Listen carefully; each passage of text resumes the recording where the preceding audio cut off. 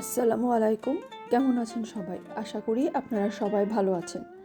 যেহেতু রোজা শুরুই হয়ে গেছে, তো সবাইকে প্রথমেই জানাচ্ছি রমজানুল মুবারক। আমি এই ভিডিওটা যেদিন পোস্ট করব সেদিন অলরেডি প্রথম রোজা পার হয়ে গেছে। তো সবার তো প্রথম রোজা হয়েই গেছে, আমি না হয় একটু পেছন থেকেই শুরু করলাম। যেটা বলেছিলাম আমার আগের ব্লগে, যে অসুস্থ থাকার কারণে আমি আসলে সব কিছুই এবার দেরিতে শুরু করেছি, যার কারণে রমজানের ইফতারের জন্য যে কিছু টুকটাক প্রস্তুতি করব সেটাও আমার একদম রোজার আগের দিনই শুরু করতে হচ্ছে। আর এজন্যই এখানে আগে থেকে দেখলে নিতেও কিছু বুট সিদ্ধ করে রাখছি, যেহেতু আমাদের বাসায় গ্যাস থাকে না, সেজন্য অনেকগুলো বুট একসাথে একটু সিদ্ধ করে রেখে দেব। আর এখানে আমি কিছু চিকেন আলুর চপ বানাবো, যার কারণে দুটো চিকেন আগে বয়েল করে নিচ্ছি। বেশি কিছু দেবো না, সামান্য একটু ব্ল্যাক পেপার, একটু লবণ আর একটা দারচিনি দিয়ে এটা একটু সিদ্ধ করে নেব। পানির পরিমাণ বেশি দেবো না, যতটুকু পানি থাকবে ততটুকু পানি শুকিয়ে নেব।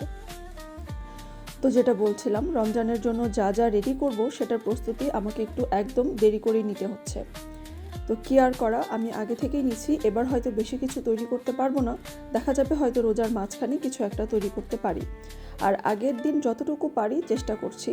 অবশ্যই এখানে আম্মুর অনেক অনেক হেল্প লাগবে, তাই আম্মুকে আগে থেকেই বলে দিচ্ছি যে অন্যান্য সময় আমি তোমার অ্যাসিস্ট্যান্ট, এবার তুমি আমার অ্যাসিস্ট্যান্ট। তো যাই হোক, এখানে চিকেনটা সিদ্ধ বসিয়ে দিলাম, আর এপাশে আমার বুট সিদ্ধ হয়ে গেছে।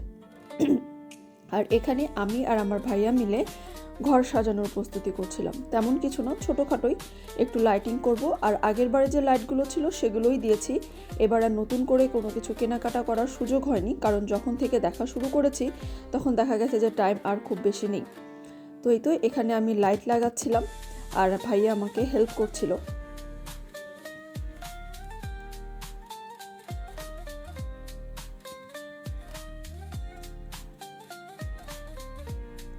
রমজানে আসলে ঘর সাজাতে সবারই খুব পছন্দ হয়, কিন্তু কি আর করা, এবার তো সময় সুযোগ পাইনি। দেখা যাবে এখন যদি কিছু অর্ডার করি, কয়েকটা রমজান পার হয়ে যাবে, তারপর হয়তো আমার জিনিস আসবে।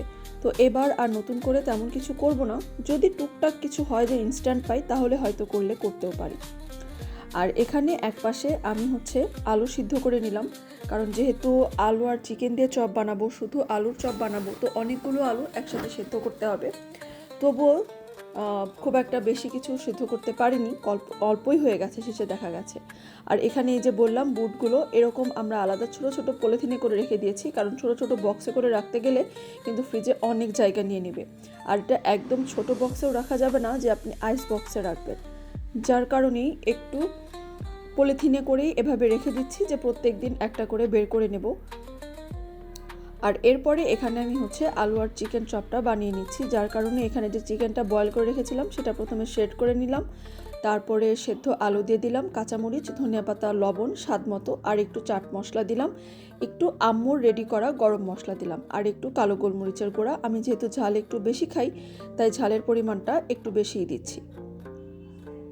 এখন এটাকে খুব ভালো করে আগে ম্যাশ করে নিব। আমি কিন্তু এখনও এটার মধ্যে পেঁয়াজ অ্যাড করিনি, তো এখানে আমি পেঁয়াজও অ্যাড করে দিব। আমি যেহেতু একটু পেঁয়াজের পরিমাণটাও আমরা একটু বেশিই খাই, তাই আমি একটু বেশি দিচ্ছি, আপনারা একটু চাইলে কম দিতেও পারেন। আমি একটু পেঁয়াজটা একটু বেশি করে দিয়েই আসলে মাখিয়ে নিব। তো এটাকে এখন খুব ভালো করে মিক্স করে নেব। আর তারপরে এখানে একটু চিজ দিয়ে দিব। আমি মোজারেলা নর্মাল চিজই ইউজ করছি। অনেক সময় দেখা যায় যে চিকেন বলটা বানিয়ে হাতের মধ্যে নিয়ে তারপরে চিজটা আস্ত করে দিয়ে দেওয়া হয়, কিন্তু আমি এখানে একদম সেট করে নেব। আর এই পাশে আম্মু সেহরির জন্য রান্না করছিল। এখানে ট্যাংরা মাছের আর আলু বেগুন দিয়ে চচ্চড়ি রান্না করবে, আর ভাইয়ার জন্য মুরগির মাংস রান্না করবে। আর এখানে আম্মু অনেকগুলো পেঁয়াজ কেটে রেখেছে পেঁয়াজ বেরেস্তা করার জন্য। দেখা যায় রোজার মধ্যে অনেক কিছু খেতে গেলে কিন্তু পেঁয়াজের বেরেস্তা লেগে যায়, তাই আম্মু এখানে একসাথে বেশি করে পেঁয়াজ কেটে রেখেছে পেঁয়াজের বেরেস্তাগুলো করার জন্য। তো এক পাশে এখানে আম্মু সেহরির জন্য রান্নাবান্না করছে, আর এক পাশে আমি তখনও রোজার ইফতারের জন্য প্রস্তুতি নিচ্ছি। আসলে এগুলো করতে করতে আমাদের কিন্তু অনেক রাত হয়ে যাচ্ছে। আমরা একটু দেরি করেই শুরু করেছি, কারণ তারাবির নামাজটা পড়ে তারপরেই আসলে কাজগুলো করা শুরু করেছি। আগে হয়তো শুরু করতে পারিনি, সব কিছু করে উঠতে উঠতে দেরি হয়ে গেছে। আবার আমার আর আম্মুকে একটু বাইরে কাজেও বের হতে হয়েছিল, তাই বাইরে আসতে আসতেও দেরি হয়ে গেছে, যার কারণে আমাদের সব কাজগুলোই একটু দেরি করে শুরু করা হয়েছে। তো এখানে আম্মুর পেঁয়াজ বেরেস্তা ডান। আর এখানে আমি ভাইয়াকে আসলে বাইরে পাঠিয়েছিলাম কিছু লাইটের ব্যাটারি নিয়ে আসতে, ছোট ছোট ব্যাটারি, বাপরে বাপ, ব্যাটারিগুলোর যে এত দাম হবে সেটা আগে কল্পনা করতে পারিনি। এখন দেখলাম ব্যাটারিগুলোর অনেক দাম। আমার প্রায় 12টা ব্যাটারি নিয়েছে প্রায় 700 টাকার উপরে। আমার আইডিয়া ছিল না এত ছোটো ছোটো ব্যাটারির এত দাম, তবে আমার কাছে কেন জানি মনে হচ্ছে ব্যাটারির দামগুলো বেশি নিয়েছে। অন্য কোথাও একটু যাচাই করে দেখতে হবে আসলে। তো এই তো আমাদের ফাইনাল ডেকোরেশন এরকম ছিল লাইটের, যেটা আগের বারে ছিল এবারও ঠিক সেম সেমই, নতুন কিছু আর তেমন অ্যাড করিনি।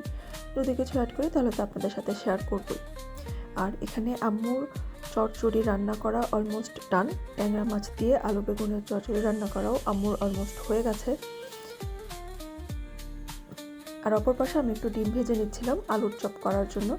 আর এখানে আম্মু হচ্ছে মাংস রান্না করার জন্য মাংস কষাচ্ছে প্রথমে, তারপরে হচ্ছে মাংসটা রান্না করবে আর কি। আম্মুর স্বামীর জন্য আলাদা করে মুরগির মাংস রান্না করছে। আমি বলেছি যে আমি ছোটো মাছ খাবো আর মাছ মাংস স্বামীর জন্য রান্না করো। এই অসুস্থতার পর এখন মাছ মাংস খেতে ভালো লাগছে না। আর এদিকে আমি হচ্ছে আলুর চপ রেডি করছিলাম। আলুর চপের জন্য এখানে প্রথমে আলু নিয়ে নিলাম, আর ওখানে যে ডিমটা ভেজে রেখেছিলাম ডিমটা নিয়ে নিচ্ছি। আর আমি বেরেস্তা পেঁয়াজ দিব, আম্মু যে পেঁয়াজের বেরেস্তাগুলো করে রেখেছে সেটা দিব, একটু চাট মশলা দিলাম, আম্মুর বানানো একটু গরম মশলা দিলাম, আর স্বাদ মতো লবণ। এখন সব কিছু একসাথে মিক্স করে চপ বানিয়ে নিব। আর এরপর হচ্ছে ডিমের মধ্যে চপটাকে কোট করে তারপরে হচ্ছে ব্রেড ক্রামে কোট করে নেব। তো এভাবেই আমি একবার করে নিলাম। এরপরে আমার যেহেতু আর সময় হচ্ছিল না, তখন অলরেডি রাত 12টা পার হয়ে গেছে, তো আম্মুকে বললাম, আম্মু এখানে বাকি কাজগুলো শেষ করে নিয়েছে। আর এখানে হচ্ছে আমি নাগেটস বানানোর জন্য মাংসের কিমা করে নিচ্ছি। আর এই জন্য এখানে প্রথমে মুরগির পিস কিউব করে কেটে নিয়েছি, তারপরে কয়েক কোয়া রসুন দিলাম, একটু পেঁয়াজ দিলাম, একটু গোলমরিচের গুঁড়া দিলাম, আর স্বাদমতো লবণ। আর আমি এক্সট্রা একটু চাট মশলা অ্যাড করেছি, কারণ আমার কাছে সব কিছুতে চাট মশলা দিলে মনে হয় টেস্টটা একটু বেশি ভালো হয়। তারপর এটাকে খুব সুন্দর করে কিমা করে নিলেই বাস হয়ে যাবে আপনার চিকেন নাগেটস। কিন্তু হ্যাঁ, এটাকে অবশ্যই শেপ করতে হবে, ভালো মতো শেপ করে নিতে হবে। তো লবণটা আপনি আপনার স্বাদ মতো দেবেন। আমার কাছে মনে হচ্ছিলো লবণটা একটু কম হয়েছে, তাই আমি আবার দিয়ে নিলাম। আর এই যে এখন এখানে যে কিছু ব্রেড ক্রাম্ব ছিল সেটা মিক্স করে নিলাম, কারণ তাহলে এটা ভালো মতো শক্ত করে আটকাবে। আর আমি এর সাথেও একটু কর্নফ্লাওয়ারও অ্যাড করে নিব একটু ভালো মতো আটকানোর জন্য। আপনি চাইলে কর্নফ্লাওয়ার অ্যাড করতেও পারেন, কর্নফ্লাওয়ার অ্যাড না করলেও চলে, তবে অ্যাড করলে আমার মনে হয় ভালো হবে। আর এখানে এটা স্প্রেড করার জন্য প্লেটের মধ্যে ভালো মতো তেল দিয়ে নিয়েছি, তারপর চিকেন কিমাটাকে স্প্রেড করে এখন এটাকে নাগেটের শেপে কেটে নেব। আর তারপরে এটাকে স্কোয়ার করে আপনি যে ইচ্ছা শেপে সেই ইচ্ছা কাটতে পারেন। আমি স্কোয়ার করে কেটেছি এবং তারপরে একবার ডিমের মধ্যে কোট করে তারপর ব্রেড ক্রামের মধ্যে কোট করব। তো এই তো আমার চিকেন আলুর চপ, নাগেটস আর হচ্ছে এগ আলু চপ সবগুলোই রেডি। এখন এগুলোকে ফ্রিজে রেখে দেবো, তারপর ডিপ করে এগুলো জিপার ব্যাগে করে রেখে দেবো। তো আপাতত এতটুকুই করতে পেরেছি, কারণ দেখেন অলরেডি রাত্রে 12টা 20 বেজে গেছে। আমি যেহেতু আগে করতে পারিনি, আমার করতে একটু দেরি হয়ে গেছে, সেজন্য আর কি আমার এতক্ষণ লাগলো করতে। তো যাক, শেষ পর্যন্ত করতে পেরেছি। আর টেস্ট পারপাস একটু হচ্ছে ভেজে নিচ্ছি, রাত 12টা বাজে তখন, বেশি না, অল্প অল্প করে সবগুলো একটু ভেজে নিব। আম্মু আর স্বামীকে দিয়ে টেস্ট করাবো যে কেমন হয়েছে, নাহলে হঠাৎ করে ইফতারের সময় খেয়ে যদি একটা শক খায় তাহলে তো আবার মুশকিল। তো সেজন্যই আগে আম্মুকে দিয়ে আর স্বামীকে দিয়ে একটু টেস্ট করে নিব। এই যে সবার জন্য এক পিস করে ভেজে নিচ্ছি। এই যে এখানে আমার সবগুলো ভাজা হয়ে গেছে, সবার জন্য এক পিস করে ভেজে নিয়েছি। এখন ভাইয়ার রিভিউ শুনি। এটা নাগেট অনেস্ট, চিকেনটা একটু কম পাইছিস? হ্যাঁ, দোকানেরটার মতো হয়েছে না, এটা ভালো হয়েছে। কয়দিন আগে দোকানের ডানা খাওয়াইছি, কয়দিন সমান। আচ্ছা, এটা কোনটা দেখি? এটা মনে হয় খালি আলুর, এটা খালি আলু আর ডিমের।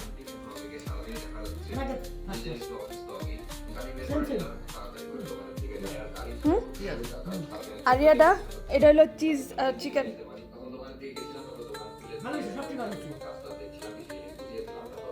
মাঝখানে চিজ দেওয়া,